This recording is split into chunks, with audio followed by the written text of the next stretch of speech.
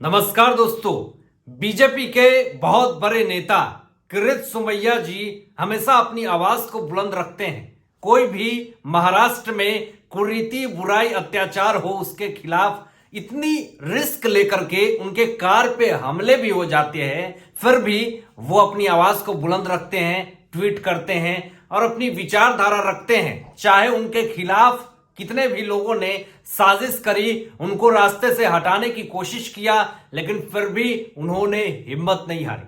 दोस्तों, बहुत बड़ी खबर, बहुत ब्रेकिंग अपडेट आपको दे रहा हूं कि शिवसेना सांसद संजय राउत के ऊपर मानहानि का केस हो चुका है। और यह मानहानि का केस किसने लगाया है, किस विषय में लगा है, आपको बताएंगे। लेकिन आपको बता दें कि संजय राउत जो है वो हमेशा अपनी बातों विवादों के कारण बहुत ही ज्यादा चर्चाओं में रहते हैं, बहुत ही ज्यादा प्रचलित हो चुके हैं। ये जिस तरीके से आरोप लगाते हैं दोस्तों, और आरोप लगाने के बाद जिस तरीके से इनके पास कोई सबूत नहीं होता, तो ये अपने आप में ही हास्यास्पद एक वक्ता बन जाते हैं। लेकिन फिर भी दोस्तों इन्हें कोई फर्क नहीं पड़ता। कल फिर ये उठ करके दूसरे बार किसी पे हास्यास्पद आरोप लगा देते हैं और लोग इनको अब हल्के में ले रहे हैं। रीजन यह है दोस्तों, क्योंकि संजय राउत जो हैं वो अपने आप से परेशान है। रीजन क्या आपको बताते हैं कि इनके ऊपर किन्होंने मानहानि का केस कर दिया है और कहा है कि 48 घंटे में अगर माफी नहीं मांगी तो फिर बहुत ही बुरा सामना करना पड़ेगा, आपको बहुत चुनौतियों का सामना करना पड़ेगा। दोस्तों, आपको बता दें कि किरीट सोमैया जी की पत्नी मेघा सोमैया ने मानहानि का केस कर दिया है संजय राउत के ऊपर। और यह क्यों किया है दोस्तों, आपको बता दें कि पिछले दिनों ही किरीट सोमैया की पत्नी मेघा सोमैया के ऊपर टॉयलेट घोटाले का आरोप शिवसेना सांसद संजय राउत ने लगाया था। और इन्होंने ऐसा आरोप लगाया जिससे कि मेघा सोमैया के व्यक्तित्व पे लोगों ने सवाल खड़े करने लगे। इन सब चीजों से दोस्तों परेशान होकर के मेघा सोमैया ने मानहानि का केस कर दिया संजय राउत के ऊपर। लेकिन संजय राउत क्या 48 घंटे में माफी मांगेंगे किरीट सोमैया जी की पत्नी मेघा सोमैया से? आपको बता दें दोस्तों कि संजय राउत तो ये आदमी हैं कि इन्होंने भविष्यवाणी करके रख दी। इन्होंने कहा कि बाप बेटा जो हैं वो जेल में जाएंगे। आखिर बाप बेटा कौन? किरीट सोमैया जी और नील सोमैया जी दोनों जेल जाएंगे। ऐसी बातें कह कह कर ये बहुत चर्चित होने की पूरी तरीके से इन्होंने प्रयास करे। दोस्तों, आपको बता दें कि आईएनएस विक्रांत घोटाले मामले में भी किरीट सोमैया जी को बदनाम करने की कोशिश करी गई, लेकिन हुआ क्या है? लेकिन आपको बता दें कि अभी इन दिनों महाराष्ट्र में मातोश्री के बाहर हनुमान चालीसा का पाठ करने को लेकर के पूरा विवाद छिड़ चुका है, घमासान मच चुका है, जिसमें कि अमरावती के निर्दलीय सांसद नवनीत कौर राणा और विधायक रवि राणा दोनों ने यह कहा कि मैं हिंदुत्व की आवाज को उठाता हूं, चाहे आप कुछ भी हमारे खिलाफ साजिश कीजिए, चाहे हमारे खिलाफ कुछ भी बात रखिए, हम अपनी बात को तो रखेंगे। लेकिन दोस्तों, यहां पे तो महाराष्ट्र के मुख्यमंत्री ही दादागिरी की तरह बात करते हैं। कहते हैं कि अगर प्यार से कहोगे तो घर अंदर में बुला करके हनुमान चालीसा का पाठ करवाऊंगा, नहीं तो सारी दादागिरी निकाल करके रख दूंगा। दोस्तों, महाराष्ट्र के मुख्यमंत्री का इस तरह का वाक्य का शब्द का प्रयोग करेंगे, इस तरह की रंगदारी करेंगे, इस तरह की वाक्य कहेंगे, बात कहेंगे। दोस्तों, इन सब चीजों को लेकर के जब मातोश्री के बाहर हनुमान चालीसा का पाठ करने के लिए काफी ज्यादा मशक्कतें कर रहे थे नवनीत राणा और विधायक राणा, तो फिर जिस गेस्ट हाउस में घुसे हुए थे ये, वहां पे शिव सैनिक नेता आते हैं, दंगा करते हैं, मारपीट करते हैं, उनके साथ बदतमीजी करते हैं और अंततः क्या हुआ कि खार पुलिस स्टेशन इनको पकड़ के ले जाती है। दोस्तों, आपको अब बता दें कि किरीट सोमैया जी पे जब मिलने वो जाते हैं खार पुलिस स्टेशन, तो उनके ऊपर हमला भी होता है। आखिर हमला कैसे होता है, यह महाविकास अघाड़ी सरकार को इन सवाल का जवाब देना पड़ेगा। दोस्तों, आपको यहां पे बता दें कि इन सब मुद्दे को उठाया किसने? मनसे अध्यक्ष राज ठाकरे जी ने। और राज ठाकरे जी औरंगाबाद के लिए निकल चुके हैं, जहां पे 3 मई को इन्होंने लाउड स्पीकर मामले में अल्टीमेटम दे दिया था। वहां पे उन्होंने हिंदुत्व की आवाज उठाने के लिए अपनी एड़ी चोटी एक कर दी।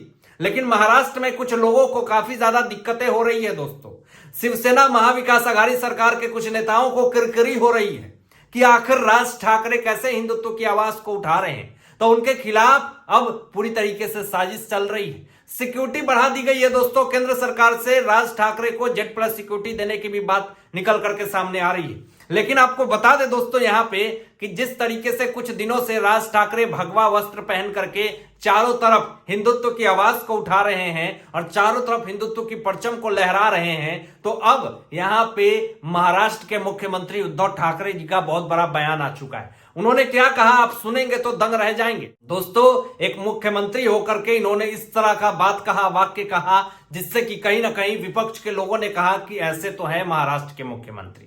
उन्होंने ये कहा दोस्तों कि जो बाला साहब ठाकरे के भगवा वस्त्र धारण कर लेने से, उनकी तरह बोलने से कोई बाला साहब ठाकरे नहीं हो जाता।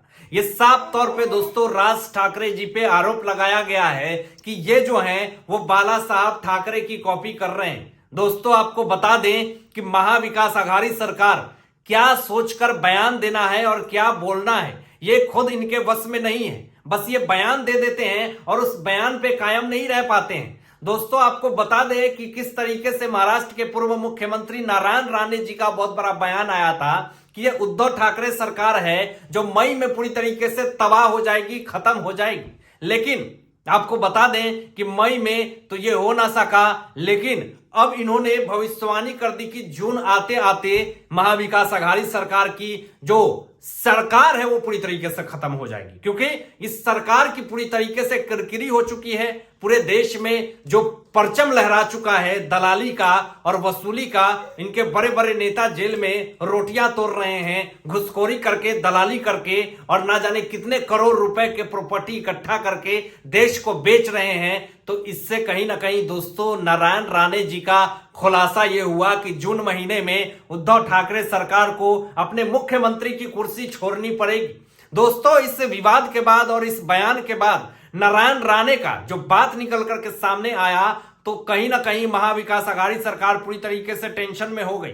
और आगे नारायण राणे ने प्रेस कॉन्फ्रेंस में यह भी बात कही कि जो भी ये बातें हैं ये हमने इंटरनली सोर्स से कहा है, सोर्स आपको बता नहीं सकते, क्योंकि दोस्तों सोर्स बताने के बाद बहुत ही विवाद खड़ा हो सकता है। लेकिन जिस तरीके का माहौल अभी महाराष्ट्र में है और महाराष्ट्र की सियासत पूरी तरीके से गर्म हो चुकी है, बड़े बड़े नेता सोच रहे हैं कि क्या अब हमारी सत्ता और हमारी सरकार रह पाएगी। लेकिन जिस तरीके से बीजेपी और मनसे और ना जाने सारे कार्यकर्ता मिलकर के विपक्ष के महाविकास आघाड़ी सरकार के कुरीति, बुराई, अत्याचार और जितने सारे काले चिट्ठे हैं, उन तमाम काले चिट्ठों को जिस तरीके से खोल कर रख रही है, ऐसी स्थिति में दोस्तों महाविकास आघाड़ी सरकार की सरकार बन पाना बहुत ही मुश्किल है। बीते दिनों तो दोस्तों लोगों ने आरोप लगाया कि बीजेपी और मनसे दोनों जो है वो गठबंधन करने वाली है, लेकिन ऐसा बिल्कुल नहीं है। ये महाराष्ट्र के पूर्व मुख्यमंत्री देवेंद्र फडणवीस जी ने साफ तौर पे कहा कि ये आरोप बिल्कुल निराधार है और हम